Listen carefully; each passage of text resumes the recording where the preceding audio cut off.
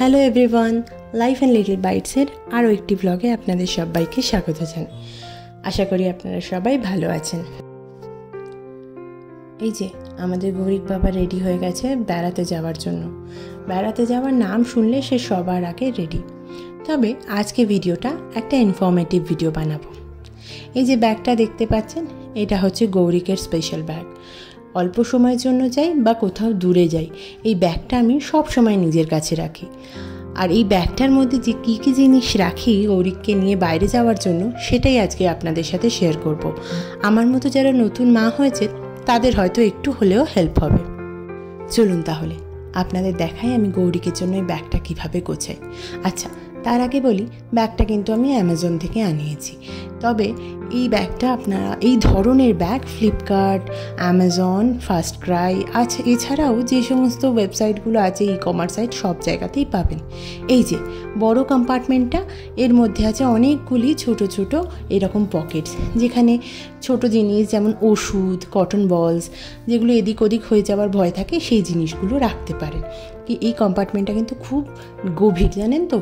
এই যে দুধারে দুটো বোতল রাখার মতো জায়গা দিয়েছে, এগুলো কিন্তু বোতল রাখার নয়, এগুলো ওয়াইপস রাখার। বোতল রাখার কম্পার্টমেন্ট হচ্ছে এইটা। এখানে 3টে বোতল রাখা যায়। আবার গরম দুধের বোতল রাখলেও সেটা গরম রাখার ব্যবস্থা আছে। সাথে একটু যদি চামচ বা টিস্যু পেপার রাখতে চান, তার জন্যও একটা জায়গা করা আছে। খুব সুন্দরভাবে জিনিসগুলো এখানে গুছিয়ে নিয়ে যায়। এই যে পেছনের চেনটি দেখছেন, এটা কিন্তু একটা হিডেন চেন। যদি ডাইপার নিচে থাকে, ইউজুয়ালি ডাইপার বের করার জন্য এটা হেল্প করে। আচ্ছা, চলুন দেখি এবার ব্যাগটাতে কী কী রাখি। এই যে গৌরিকের ডাইপার। গৌরিকের জন্য আমি আর ফর র্যাবিট ইউজ করি। আগাগোড়া যে এটা ইউজ করছি তা নয়, তবে কয়েকটা ইউজ করার পরে আমি দেখেছি এটা ইউজ শুট করে।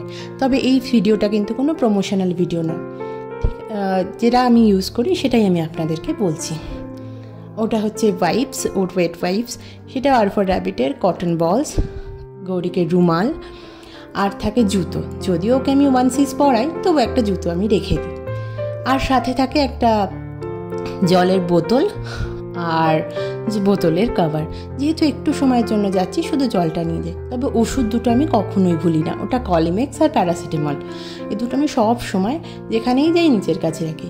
আর এই হচ্ছে ডিসপোজেবল ম্যাট।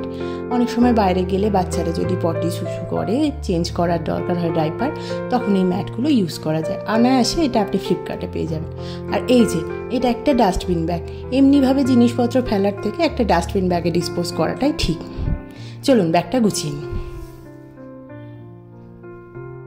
এই যে এইভাবেই ছোট্ট ছোট্ট জিনিসগুলো আমি ভরে দিই, যাতে কাজের সময় সমস্ত জিনিসটাই হাতের কাছে পেয়ে বের করে নিতে পারি। কিছু অল্প সময়ের জন্য যাচ্ছি, সেই জন্যে এইভাবে গুছিয়েছি। যখন কোথাও বেড়াতে যাব বা বেশিক্ষণ বা বেশি দিনের জন্য যাব, তখন আবার এই ব্যাগটাকেই অন্যভাবে গুছোই। যখন যাব তখন না হয় আরেকটা ভিডিও করে আপনাদের সাথে শেয়ার করব। এই যে কম্পার্টমেন্টটা এইভাবে খুলে এমনিভাবে ডাইপার আপনারা বের করে নিতে পারবেন। আমি প্রতিটা জিনিসের লিঙ্ক এবারে ভিডিওর ডেসক্রিপশানে দিয়ে দেব। যদি কেউ নিজের বেবির জন্য অর্ডার করতে চান, ওখান থেকে পেতে পারেন। এই যে আমরা বেরিয়ে পড়লুম, চলুন আপনাদেরও নিয়ে যাই। ব্যাঙ্গালোরে জানেন খুব বৃষ্টি হয়, যখন তখন বৃষ্টি। বর্ষাকাল মানে হয় সকাল নয় বিকেল। এই যে আমরা বেরিয়েছি, এখনও বৃষ্টি পড়ছে। বৃষ্টি পড়লেই ট্রাফিকটা স্বাভাবিকভাবেই বাড়ে। আমাদের আজকে একটু ঘুরপথ নিতে হলো, তাই এত লম্বা গাড়ির লাইন ছিল। আমরা আর অ্যাকচুয়াল রাস্তাটা দিয়ে আসিনি, যেটা দিয়ে রোজ যাই। আর এই আমরা পৌঁছে গেছি নেক্সাস কোরামাঙ্গালা। আমাদের বাড়ির কাছে দুটো মল আছে। এইটা আরেকটা মল পড়ে, সেটা বাড়ির উল্টো দিকে। তবে এই মলটা বেশ বড়, আর এখানে অনেক সুন্দর সুন্দর দোকান আছে। তো আমরা এখানে আসি স্পেশালি এদের ফুড কোর্টটার জন্য। এদের ফুড কোর্টটা অনেক কালারফুল, অনেক রকম খাবার পাওয়া যায়।